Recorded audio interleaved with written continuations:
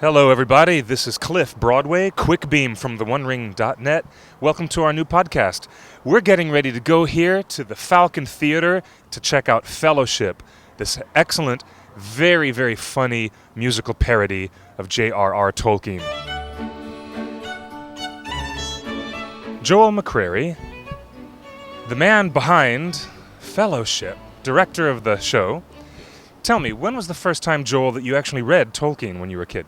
I didn't read it when I was a kid. Are you serious? I am serious. I actually did not read it when I was a kid. But when I saw the trailer for the movie, actually, I said, I got to see that movie. But I want to read the book first. So, because I had seen the trailer, when I read the book, everybody who was in the movies who I had in my mind when I was reading it. There was Ian McKellen right there in your head. Exactly. Yeah. You know, Elijah Wood, Ian McKellen, all of them were in my mind as those characters. So when I'm reading the book, that's who I'm picturing. So when I went and saw the movie, it was not disappointing in any way because that's exactly how I pictured it.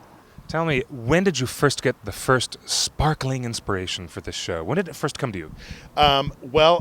Kelly and I were at the dog park, and we were sitting there talking about musicals and how everything's being turned into musicals now, and a lot of things that should never be musicals are being turned into musicals, and a couple of different ideas that came to us. You know, I think Jaws, Exorcist the musical, it's just kind of like, wow. But we could see, with some of the stuff that's being put up on Broadway, that might actually happen. And then when the idea of Lord of the Rings, the musical, it was like, I don't know about that. We said, but if we made it a parody, then that could be something really fun. Happy birthday, Bilbo. Don't you only look like you're 47? We are here now with Kelly Holden Bashar, who co-wrote the book for this fantastic stage production, Fellowship. And I have to ask you, first of all, something that is so distinctly not funny as Tolkien. Yeah, not a big humorist. How do you work the funny into something that is so not funny? Well, I think it was the super seriousness of the film that we thought that's what's easy to parody. You can't really do parody of something that's already funny or whimsical. And we thought, so how do we turn this on its ear and really have fun with something that we love very much? We love the movies, big fan of the movies. I'm a big fan of the books. But it does take itself very seriously. So we thought, boy, if anything's ripe for parody and a little funsy, it's this. I really kind of liked too what we did with Strider, which is we made him sort of this rocker dude, which Viggo was sort of he had the look, but we really blew that up a lot. This romance with you, it feels like a whole lot of romance. Long hair wig. Spray last 12 inches of hair with the blue spray, and then brush with the wire brush. A recipe for disaster if you were to vary from this. I never knew my heart could pump like this. I can taste forever in your kiss. Living on time, not off to borrow. What's the secret to keeping a good wig? That's the secret. Oh. Let's sing it English now. Through the sun and cold of my love now. One of the things I'm most proud of is not only did we win Musical of the Year when we first ran, but we won Best Comedy Ensemble in a town where they are a dime a dozen. And I think that speaks a lot to the magic that happens when this particular group works together and plays together. We are the night, together we stand. Joel and Kelly approached me to do music for the show, and it was all I could do during that first meeting, not to start jumping up and down and screaming, because it was like Fellowship of the Ring and music. I just felt like, what a great break, for somebody like me to get, and to make it funny too, with some people who I think are just some of the funniest people on the planet.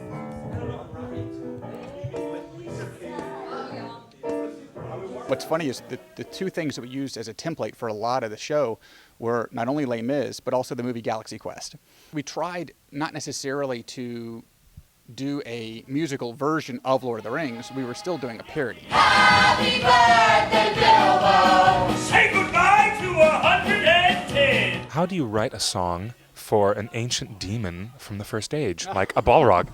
What's funny is you pick that number. The evolution of that number was really fun, because the Balrog has this one brief shining moment in the story, you know, and then of course in the Two Towers as well. But to give him an entire song in the show was part of what was fun about lifting characters from sort of the sidelines and giving them these big moments. So giving a cabaret number to this demon from the pits of Moria, it was sort of a fun mix.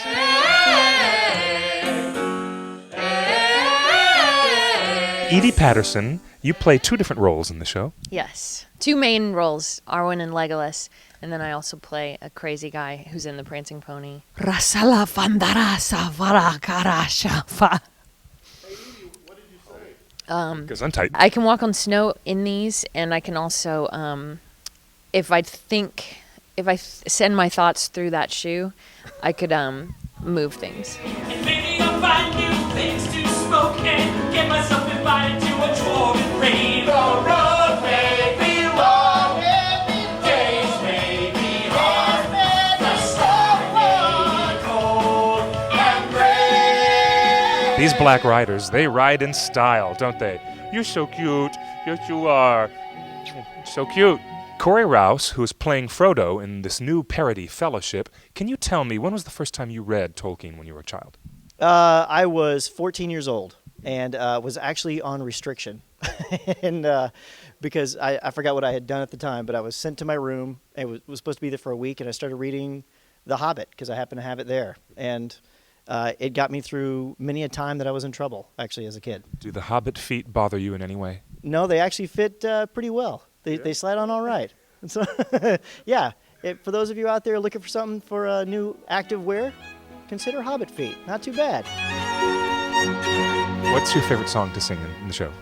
In the show, man, there's so many things. I have to say, my favorite is Home's Never Too Far Away. As long as you're here, right by my side, home's never too far away. Have you gotten a good response from the Ringer fans?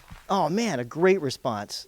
Like, to the point where, thank you, all of you who have come. Thank you for your support and for dressing up. Thank you for spreading the word. What happens when people who are like hardcore Tolkien fans, they come up to you and say, "Oh my God, I saw you in that show"? I mean, is it It's generally the best. I have to say, it's because I'm sure you guys know this. It's the best fan base. Any last parting messages for the fans online on the OneRing.net? Just keep looking for us.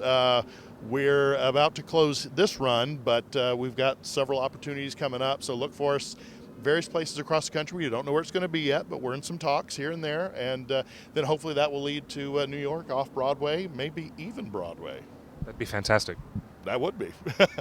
Many blessings to you. It's great to see you. Thank you much. Yes, sir. And thank you very much again. You bet. Everyone, this has been our most recent podcast with Joel McCrary. I'm on the most recent one? You are the most recent one. I am so excited. I thought I was going to be on an old one, but I'm on a new one. Thank That you. is Yes, fantastic. you are. Ladies and gentlemen, Joel McCrary and Fellowship with an exclamation point. Thank you for joining us. Much Too Hasty. This is Cliff, Quickbeam. We'll see you next time. Bye. Bye.